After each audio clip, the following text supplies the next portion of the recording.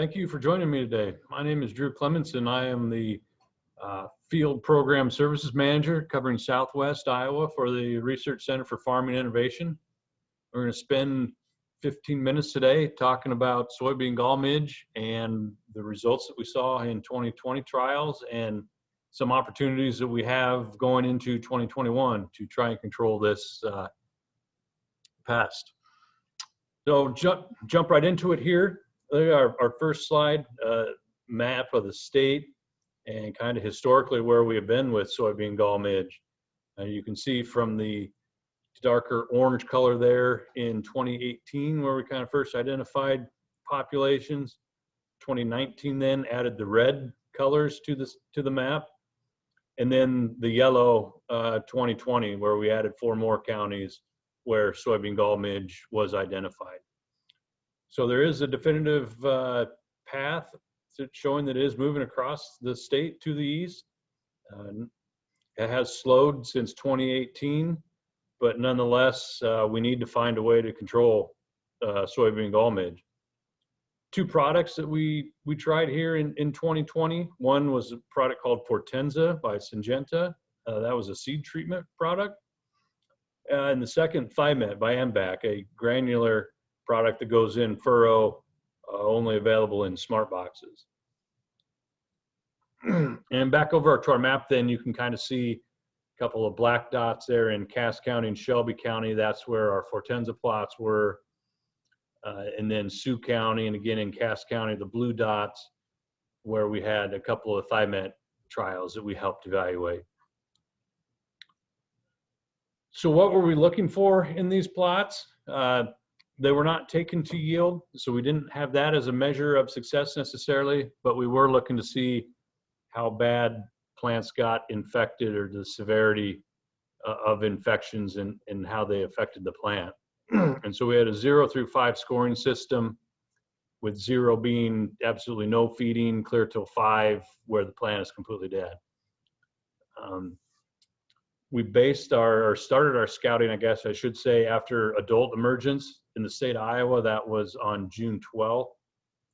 I believe that was up north somewhere that Iowa State came upon that emergence in one of their plots. But nonetheless, it wasn't a couple days later that it was pretty widespread and through Nebraska that adults were emerging pretty quick. And so we took that June 12th day and looked at that as being our start date, and then we shot for 2 to 3 weeks after that to try and go into these fields and evaluate what our fields looked like, and if we were finding larvae in the plants then or just where we were at. And to do that then, we go into a field in each a treated and untreated part of the field and select 15 plants in a row, and then we would do that 3 to 5 times throughout the trial, the strips, to get our sample group, take those back, and then evaluate those on that 0 to 5 scaling. And then a little hint as to what maybe our results are going to show. We actually stopped scouting in Griswold after a couple, 2 or 3 times of being out there, because there essentially was no pressure. We had consistent scorings of 0 to 1 in both the treated areas and the untreated. So unfortunately, that spot really didn't work out for us, which was pretty disappointing, because in 2018 and 2019, those were definitely some hot spots for gall midge.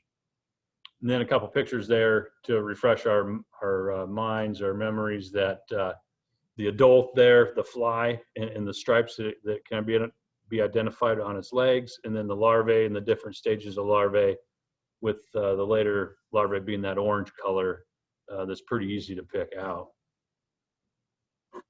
So what did we find?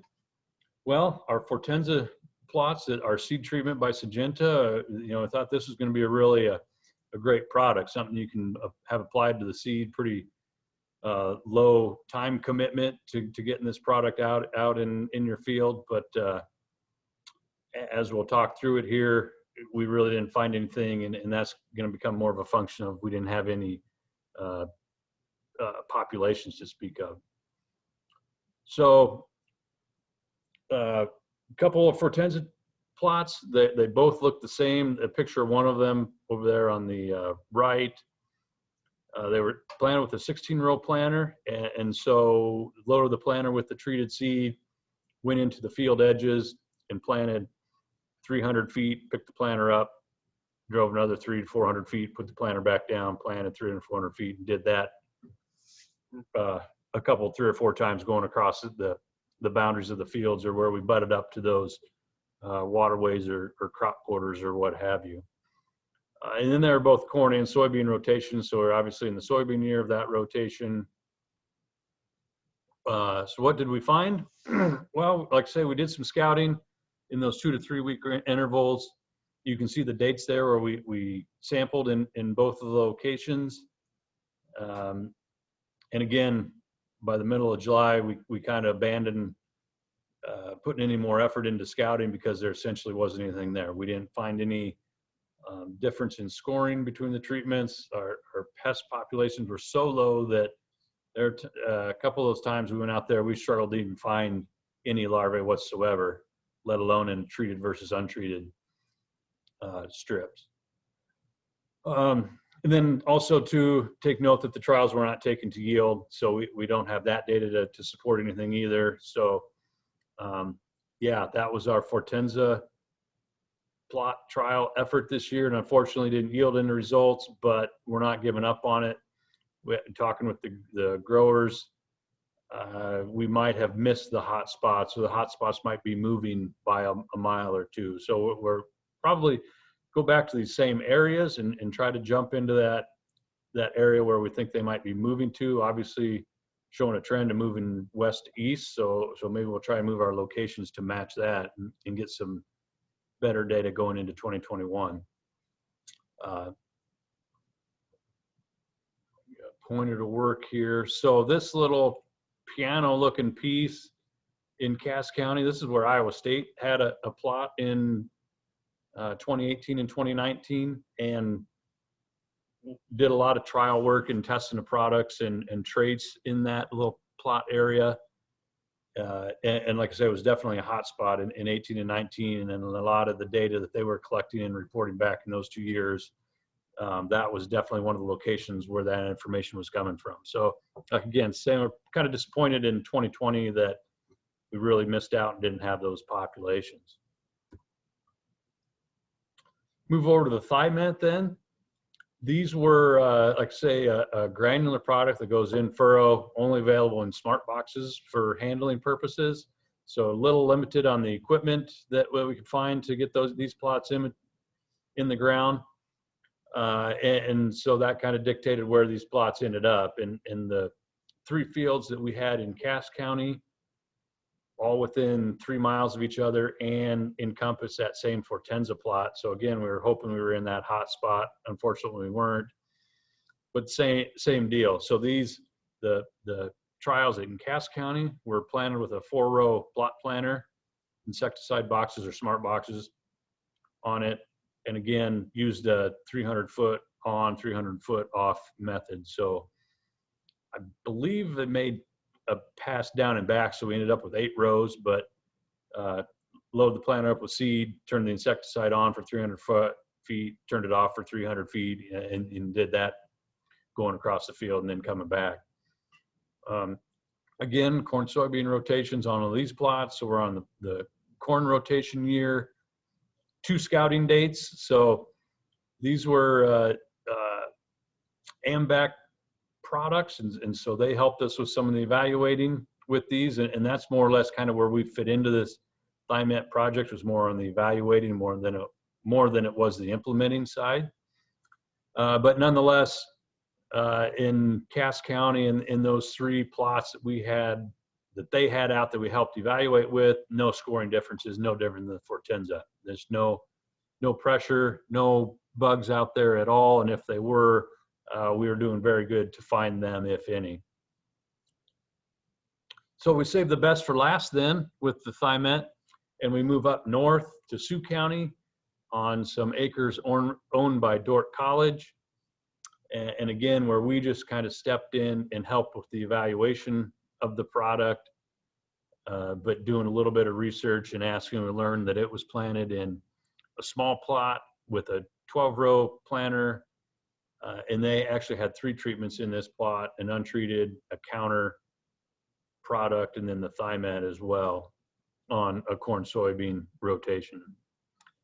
And you can see there the rate of the Thimet, 9 ounces per 1,000 foot of T-band. The higher rate of Thimet, we had done a little bit of work in 2019 with AMVAC again, helping doing some evaluations, and thought in what we did there, saw maybe a little bit of response from that higher rate of Thimet in 2019 when we helped evaluate them, but nothing that we were going to come out and brag about by any means, but thought there might be some potential there. So to see these results kind of confirms, or we think we may be on a trend here that Thimet might have some effect on gall midge, but again, we will continue to try to do more of these in 2021. So this plot was taken to yield by the folks up there on the university farm. And that's what the chart is then, is kind of the strips of the Thimet versus the untreated in that plot. And you can kind of look across the bars there across the chart and see how the yields differ between the Thimet and the untreated. And then clear over there on the right, the average for the whole plot, and just under a 4 bushel advantage to the Thimet versus the untreated. So again, something that shows some positive response. This is just one plot, so we will look to do this again in 2021 in some regards, hopefully more than just 1, 2, or 3 fields, and we can get a few more trials out there and get some better data that way. So those were our findings for 2020.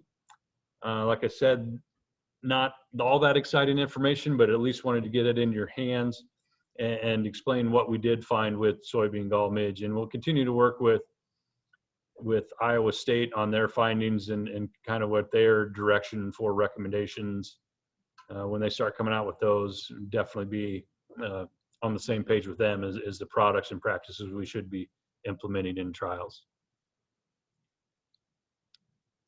I lost my light here. So one last slide we'll look at here. This is opportunities for 2021 growing season for soybean gall midge work. And again, kind of a high level. We don't have anything set in stone, but looking at seed treatment products, in-furrow products, foliar products that are out there.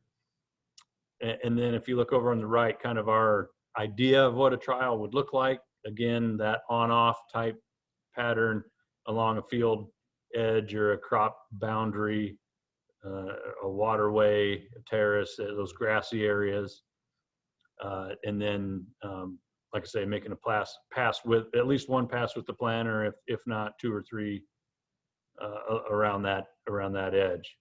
Second bullet point then, yeah, we really don't know what direction to go or what what works or might not work. So we're definitely interested in what your guys' ideas are, and what you're interested in trying and what you'd be willing to implement and share data with on your acres. And just keeping in mind that we're trying to keep that environmental conscious piece in there as well. Obviously we're not looking at an approach to go out there every week and spray some sort of insecticide on our crops, but something that is manageable, and in the end, we can return our investment on what we're trying to accomplish here. And then last bullet point there, some ideal locations or what we think of when we're looking for some of these locations. A history of gall midge.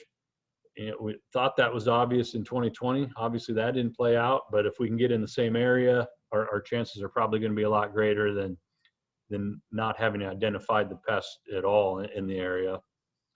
That on-off pattern, again, with the planter. And then as we move forward and get more experience on what products start to show some promise, we ultimately like to get to where we are collecting yield data. So if we can make those planter passes line up with the combine head and make them long enough that we can get a true representation through the combine of what the yield is doing, that's always valuable as well. So that's what I have for soybean gall midge. By all means, if you have questions, feel free to contact me. My information's on the website. I don't think I have it here in this slide, but you can reach me here at the office or my email, dclemenson@isasoybeans.com. Thank you for tuning in here to this short presentation, and I hope you're able to take something away from it. Thank you.